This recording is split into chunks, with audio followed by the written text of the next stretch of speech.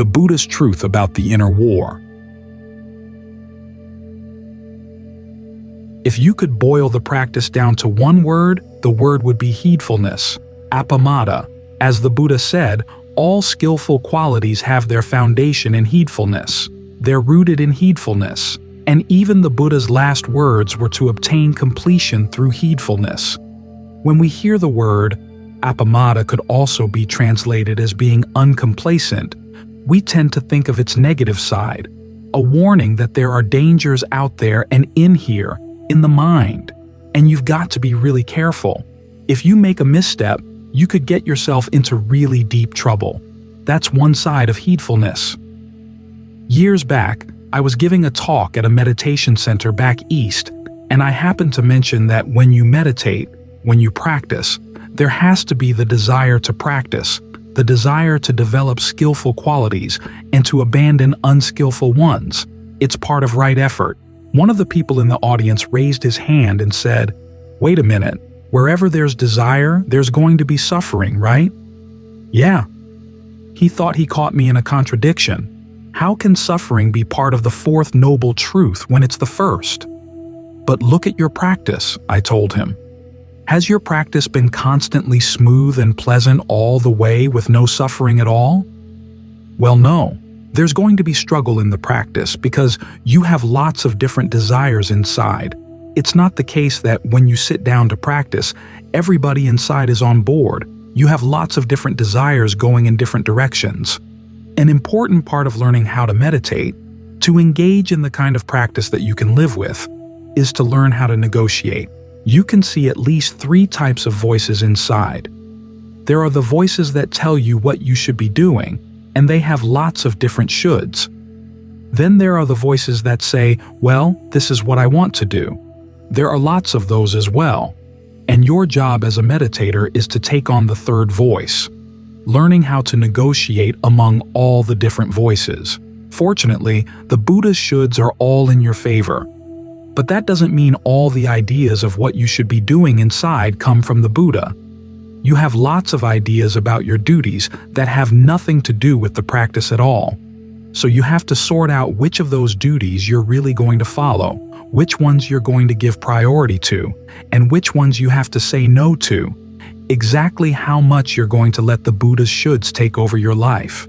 His shoulds are pretty simple. First, you should try to comprehend suffering, which means seeing that suffering is in the act of clinging to form, feeling, perceptions, thought fabrications, consciousness. You want to see yourself suffering in the act of clinging itself. Sometimes we're told that we suffer because we cling to impermanent things. But it's possible to cling even to permanent things and still suffer. You have to learn how to let go of everything at some point. That's the duty with regard to the cause of suffering. Wherever there's craving that leads you to cling, that's to be abandoned. The end of suffering is to be realized. The path of practice leading to the end of suffering is to be developed. Those are the Buddha's shoulds. And the question is, to what extent are you going to let those shoulds have a voice and actually have some power over what you're doing, some authority? This is where the Buddha said that a measure of your wisdom lies in seeing that there are some things that you would like to do, but you know are going to give rise to long-term suffering, and how well you can talk yourself into not wanting to do them. Or things that you don't like to do that will give rise to long-term happiness. How well can you talk yourself into wanting to do them? We tend to think of our wants as raw and unmediated. But a lot of our desires come from the way we talk to ourselves and the voices we pick up from outside, the shoulds we pick up from outside. So you have to learn how to negotiate. One of the basic principles of successful negotiation is that everybody gets a piece. If somebody's at the table, you don't want them to go away empty-handed. Otherwise, they're going to rebel. One of the voices that's most obstreperous is the one that says, "I want happiness right now. I don't want to have to think about the long term. Give me some instant gratification." This is one of the reasons why we practice concentration, to get a sense of well-being inside right here and now. But that also requires that we come to the concentration with a sense of well-being. which is why the practice is not just sitting with your eyes closed. It also involves generosity and virtue. Here again, you have to learn how to talk to yourself so that you get a sense of well-being, a sense of pride that comes out of generosity, a sense of pride that comes out of practicing the precepts. Pride not in comparing yourself with other people, but just in having an inner sense of self-worth, that you've learned how to say no to your unskillful desires in such a way that you're not just miserable. You're offering them something better, a better kind of happiness, and it's immediate. As the Buddha points out, when you practice generosity and virtue, the happiness doesn't come later. It's there in the action itself, and a lot of that happiness has to do with learning how to appreciate what you're doing. Appreciate your generosity, appreciate your virtue, and you'll come to the concentration with a sense of competence and confidence that you can do this. Here again, though, there's struggle. All those hindrances are just waiting for you to have a lapse in mindfulness. So you have to counteract them. Instead of thinking about sensuality, you think about the breath. That's directed thought.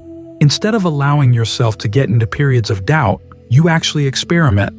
How about trying it this way? How about trying it that way? See the results as they actually appear to you.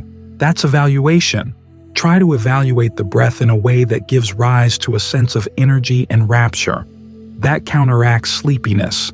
Your evaluation also gives rise to a sense of well-being that helps to counteract any ill will you might be suffering from. And then you just learn how to stay focused right here on one thing. This helps to counteract the mind's tendency to worry about this, worry about that, be restless, fidgeting around.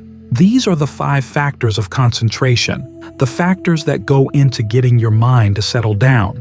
Singleness of preoccupation, directed thought, evaluation, rapture, pleasure. They're your weapons against the hindrances. They also speak to that part of the mind that wants some pleasure right now. So learn how to cultivate them. They're part of your negotiating skills. Then you also learn how to give yourself encouragement, because a lot of voices in the mind are still not satisfied with the concentration. They want some entertainment. They want some variety. In which case, you can start thinking about, where do my defilements tend to go? What other topics of meditation can I bring in to counteract them? For example, you can think about the body. Think not only about the body, your body, the other person's body, but also about the fantasies you have around bodies. As the Buddha points out, our cravings may not be located where we think they are. We think we crave a body, but maybe we crave an image, and it has nothing to do with the body at all. This is one of the reasons why we contemplate the 32 parts of the body to say, this is what you're actually getting. Does it correspond to the image you're holding in mind? Or your fantasies may have very little to do with the actual bodies, and more with the role you play in the fantasies. You can ask yourself, how realistic is that? Think of a John Lee when he was thinking of disrobing. He decided to prepare himself mentally, so he started thinking about what kind of life he would like to have as a layperson. At first, everything was going really well, impossibly well in fact. But then reality began to set in. He wanted a daughter of a nobleman as his wife, which was pretty impossible. But then he realized if he had a daughter of a nobleman, she'd have to work too because he was poor, and yet she wasn't used to working. Her health might be fragile. She ends up giving birth to a baby and dies. Then reality comes barging in, more and more and more. That's how he was able to get past that fantasy. So look at your fantasies about what you want. How realistic are they? How complete are they? How all around are they? This is just an example of how you would deal, say, with the problem of lust. You can also contemplate your anger in a similar way. You can contemplate anything that's unskillful coming up in the mind. Ask yourself, this voice that wants me to get involved in this unskillful emotion, how far can I trust it? In this way, in your negotiation, you help to weaken the unskillful members as you're trying to strengthen the skillful ones. A successful negotiation doesn't just give in to everybody. You should have some sense of priorities, what you really want in your life. If your priorities don't correspond with the Buddha's priorities, be clear about that. Accept the fact that, okay, this is what I actually want. There are going to be these problems down the line. Be clear-eyed about it. If you're more inclined to say, I want to devote my time totally to the practice, be clear-eyed about what the practice will involve. You'll have to do a lot of negotiating because there's going to be many struggles inside. You see those descriptions in the canon of a monk embarking on the practice, and everything flows smoothly from one level of the practice to the next, without any struggle. But then you look in the Theragatha, the section in the canon where monks talk about themselves, and they have to engage in a lot of struggle. Getting the mind into concentration and seeing it crash, getting it again, seeing it crash again, getting suicidal over the fact. The Buddha says there are some people who practice the holy life with tears running down their faces. But, he says, it's better to hold on even then, because in the long run, you'll be glad that you did. So don't expect the practice to be smooth. Learn how to talk to yourself in a way that gives rise to some fighting spirit, that, whatever the challenges are, I want to be up for them. I'm not going to let myself be fooled by the defilements ever again. Think of Ajahn Mun's very last Dhamma talk, where he compares the practice to going into battle, where different aspects of the practice correspond to different aspects of battles. Discernment is the weapons. Concentration is the food. Then, there's the soldier.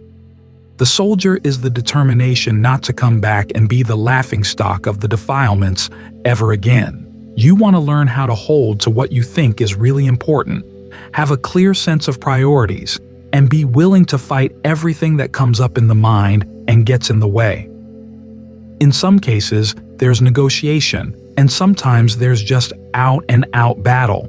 Ajahn Mahabua talks about going into battle and finishing off the defilements, knocking them out as you would do in a boxing match.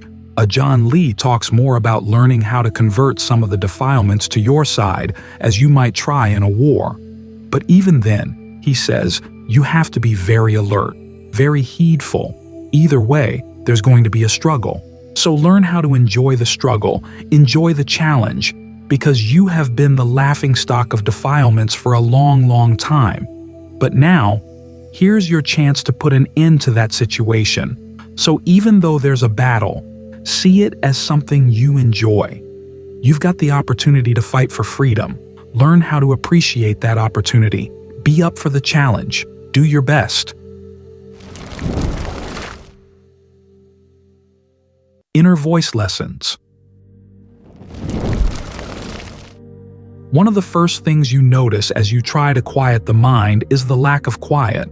All the chattering going on, all the discussions, the dialogues, the committee discussions going on up in your head, and sometimes all over your body. There seems to be never-ending chatter. Often our first thought as we start to meditate is, how can I stop the chatter? How can I just quiet all those voices so things can be perfectly quiet inside? But as you practice, you begin to realize that you just can't put a stop to things that way. It requires a more gradual process, learning to bring that conversation under control. When you start out, there are lots of unskillful voices in there, and frequently the discussion is not being run according to Robert's rules of order. This voice comes barging in, that voice yells at you, this voice whispers in your ear, and all the subterfuge and techniques of a political meeting are nothing compared with what goes on in the mind. All the tricks the mind plays on itself, how the different voices try to get their way. Because many of them are not just aimless voices saying random things.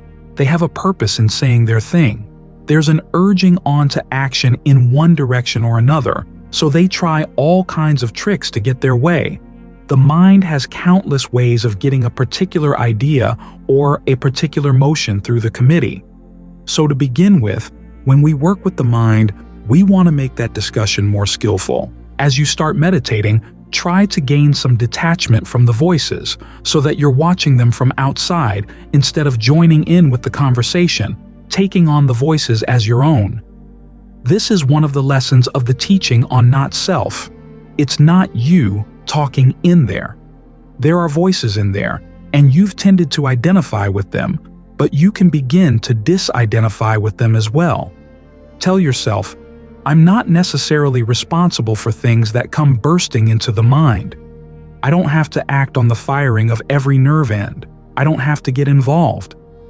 If a voice comes and urges action, just let it urge, and then it'll stop after a while. You can just keep on watching. Just the act of wanting to make that conversation more skillful, that in and of itself begins to distance you from it. Practice concentrating on the breath as a way of giving you a good firm basis on which to stand so that you can stay outside of the discussion. But simply watching the discussion isn't going to make it go away on its own. You've also got to learn how to make it more skillful. Sometimes that means introducing new voices, like the meditating voice that says, "Hey, stay with the breath, stay with the breath, make the breath comfortable, allow the breath to be comfortable. Give us some room here." This is why the Buddha didn't encourage his monks to take a vow of silence. There's a story in the Vinaya of a group of monks who began the rains retreat with a vow. Okay, we're not going to talk to each other. Each person just maintained silence throughout the rains. At the end of the retreat, they went to see the Buddha, very proud of the fact that they had succeeded in not talking to each other for the entire 3 months. But he didn't praise them. Instead, he said, "You've been living like sheep, like dumb animals."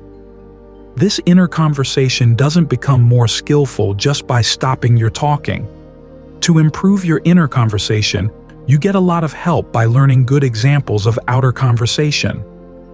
The first thing to learn as you live together is how to talk to each other in skillful ways, which may mean talking less than you might normally do. But it also means that when something has to be said, you figure out the best way to say it, the best time, the best place, the best words to couch your comments. As you get more skillful with the use of your mouth, it forces the mind to get more skillful in the way it thinks, and you begin to notice the effects of your words. If there's something negative you have to talk about, when's the best time to bring it up? What's the most effective way of saying it? What way of saying it does the least damage to the group? As you get more skilled in using your mouth this way, you find the conversation in your mind will begin to mature as well. On top of that, there are Dhamma tapes you can listen to, Dhamma books you can read, to introduce new and better voices into the conversation. This is also why we have the chanting.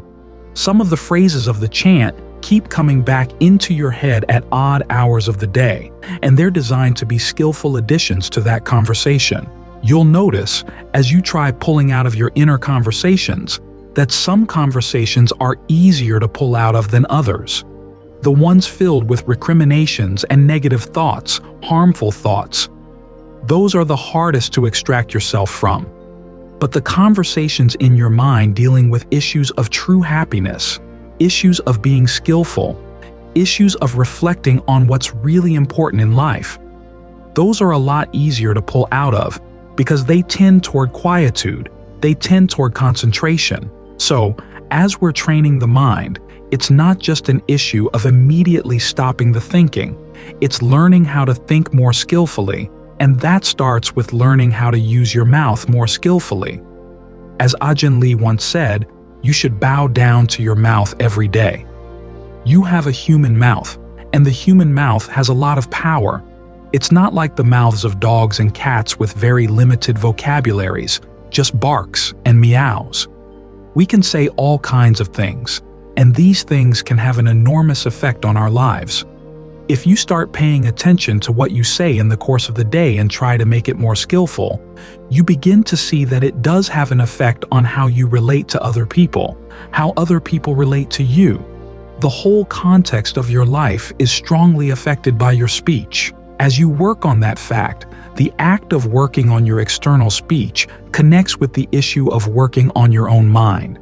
the care you use in framing what you say, the thought and circumspection you use as you notice the right time to say it, deciding what's worth saying, what's not worth saying. These things develop mindfulness. They develop alertness, all the good qualities you need in the meditation. You learn how to gauge what's worth thinking, what's the right time to think, what's the wrong time to think.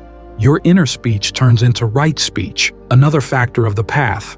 At the same time, as you've got these better voices in your head, it's a lot easier to pull out of them and watch them so that you can see. When a thought forms, how does it form? Beneficial thoughts are a lot easier to take apart in this way. Thoughts filled with self-recrimination and regret are very hard to take apart because it's so easy to get caught up in their stories. The more skillful the thinking, the easier it is to take apart. You can simply watch the thought calmly as it comes and goes because it doesn't hold any poison for the mind. As you work with the meditation, you get quicker and quicker in seeing how the thought forms, how it disbands, how it can deceive you, and how you don't have to be deceived. When we talk about making progress in the meditation, many of us think that it means very strong experiences of, say, rapture, oneness, or light. And these things are not to be sneered at. They're important. They give a sense of lubrication, a sense of refreshment to the practice. But the real progress is measured in how quickly you notice what's going on in the mind. For example, when the mind begins to slip off, the faster you catch it and can bring it back, that's a sign of progress. As you get quicker and quicker this way, you begin to see the process of thought formation in and of itself. Exactly what's happening in there. When do you start participating in a thought? All too often, we're aware of a thought only when it's fully formed. But how did it get formed that way? Did it just happen on its own, or was there some subliminal participation on your part? As you watch more and more carefully, you begin to find answers to these questions, for you can catch the process in action. Each thought starts out as just a little stirring, and it's hard to say whether it's a stirring in the body or a stirring in the mind. It's on the borderline between the two. Then there's the act of getting interested, paying attention to it, followed by the question, what's this thought about? Then the mind labels, oh, this is a thought about X, this is a thought about Y. And that turns it into a full-fledged thought. So the question is, can you watch the stirring that would normally lead to a thought and then not participate in labeling it? Not participate in trying to figure it out? When you can do this, you see that these stirrings come, and if you don't participate in them, they go. They come again, and if you still don't participate, they go.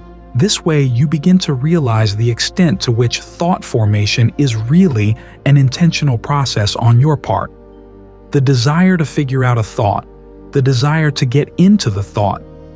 What's the basis of that desire? Is it boredom? Are you tired of just being very still? Do you want some entertainment? It's dangerous, you know?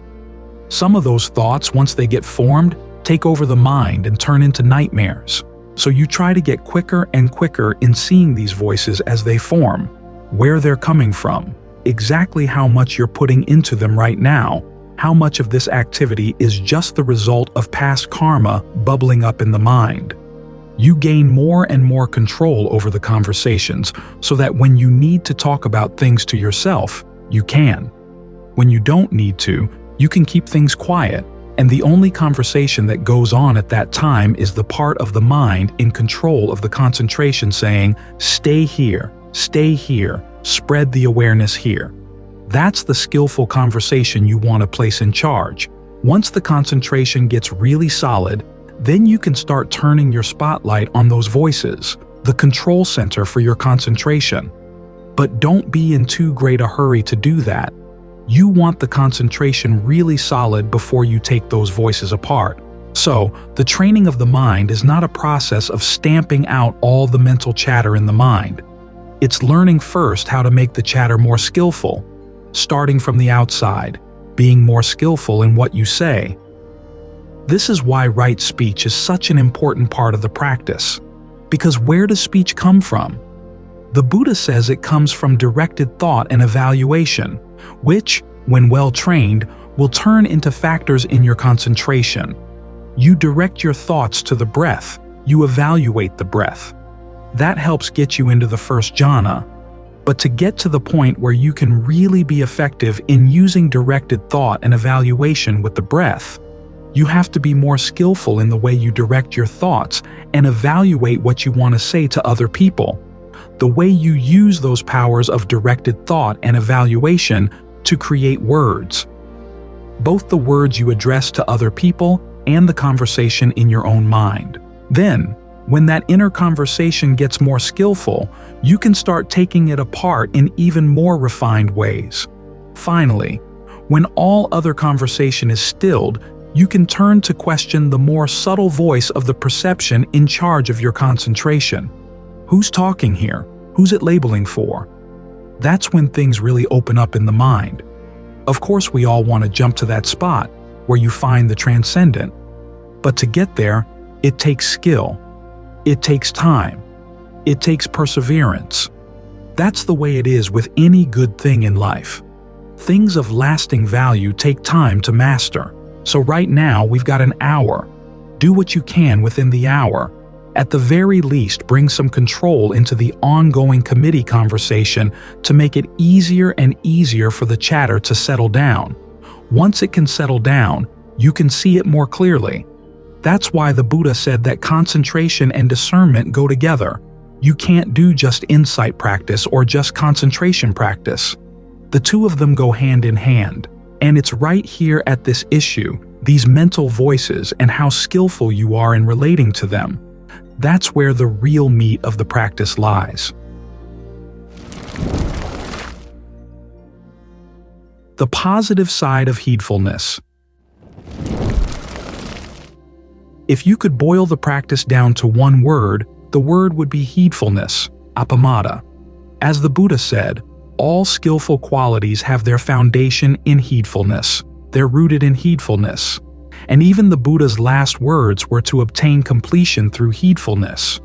When we hear the word, Appamada could also be translated as being uncomplacent. We tend to think of its negative side. A warning that there are dangers out there and in here, in the mind, and you've got to be really careful. If you make a misstep, you could get yourself into really deep trouble. That's one side of heedfulness. But heedfulness also has a more positive side as well. After all, the Buddha's pointing to the fact that your actions do make a difference, and they can make a very positive difference. There's that reflection about the heedful monks who think of death with every in and out breath, not to be afraid of death or to get morbid, but to remind themselves, I could do a lot with this one breath I may have left. Or in the time it takes to chew this mouthful of food, I could do a lot in the practice. This attitude focuses your attention on the positive things that can be done with the little amount of time you might have. And this doesn't have to be just the little amount of time before death. It can also be the little amount of time you have where you've stopped at a stoplight, taken a small break at work, when you're waiting in a doctor's office, when you're waiting for the meditation session to begin. It seems like just a little bit of time, but often, with little bits of time like that, we tend to kill them. Well, there's nothing much I can do now, so I might as well just relax for a bit, or whatever. But actually, there's a lot that can be done in little bits of time. Insights can come very suddenly and unexpectedly, so try to create the conditions for them, even if you have small amounts of time. Don't underestimate what you could do. In Thai, when they took over the word for heedlessness, Appamada, from Pali, they turned it into pramad, which developed its own meaning in Thai. Appamada means heedless. Pramad means to underestimate someone or something, but it has the same double meaning, negative and positive, as heedfulness.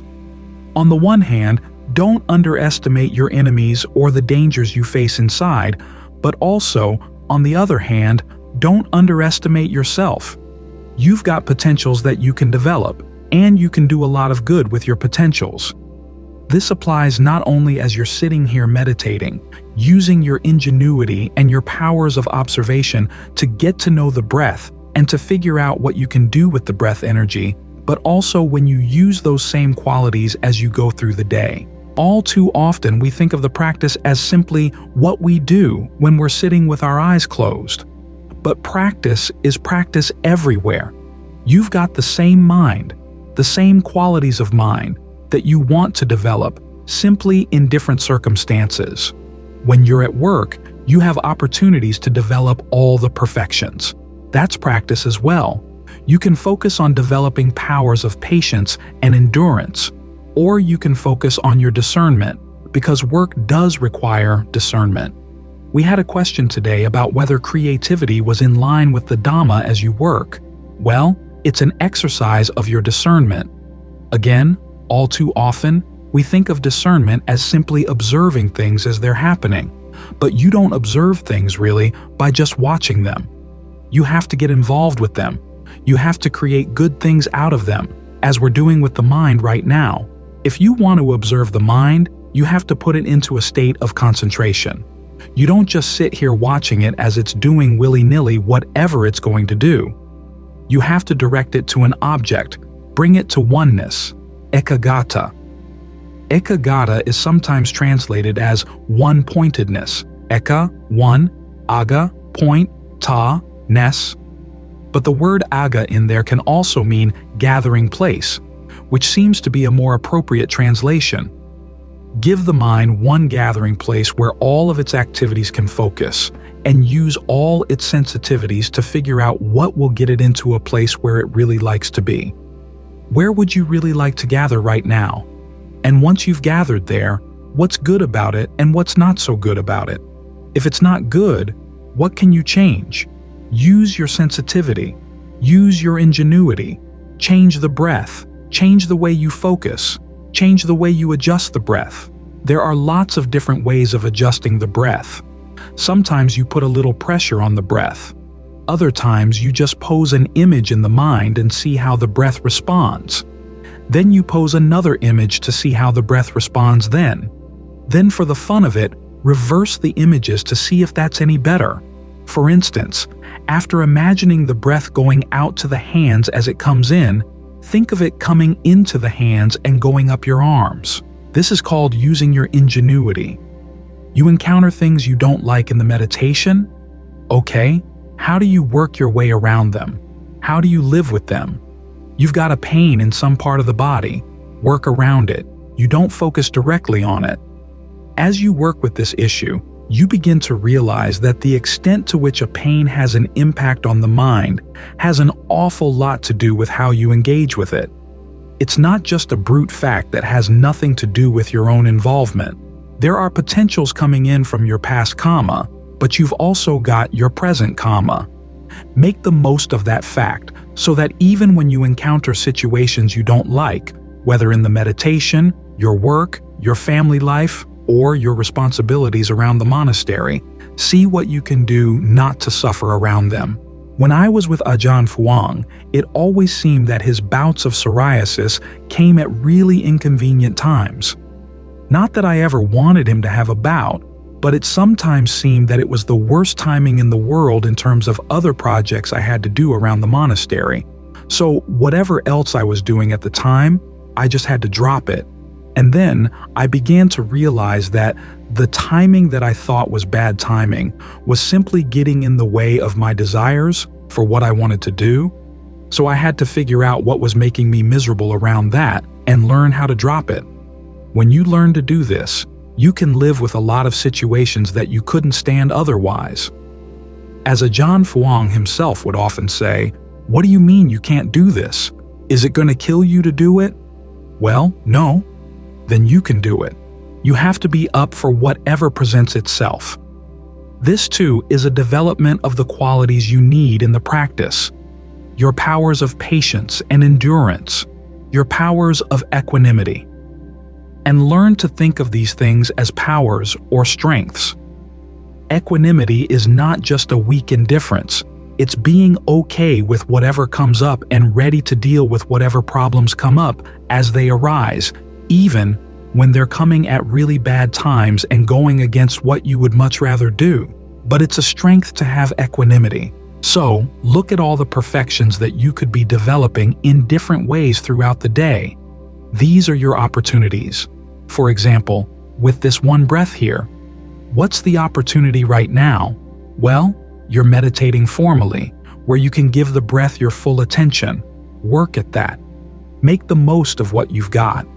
Make the most of this breath and then this breath. Really give your full attention to each breath. As for other moments when you're not sitting here with your eyes closed, make the most of them too. Realize that a lot of good can be done each time you breathe in, each time you breathe out. Look for those opportunities. That's also what it means to be heedful. You're not just looking for dangers, you're looking for opportunities. Sometimes the opportunities are really challenging, but you want to be up for the challenge. That's the positive side of heedfulness. So don't underestimate yourself. Don't underestimate the dangers out there, but also don't underestimate the possibilities in here. The opportunities are out there and in here as well. A lot of good can be done in the world. A lot can be done inside. We don't have much time. Even when people have had a long life, 100 years, at the end of the life, it's not that they have all 100 years present right there. All the 100 years have gone, and there's just this moment. It all seems so small at that point. Realize that you've got this moment right now. It's an opportunity right now. Don't be heedless of the opportunities, because little moments can open up large areas inside the mind, large areas of goodness inside the mind, large areas of goodness in the world. Keep looking for those potentials.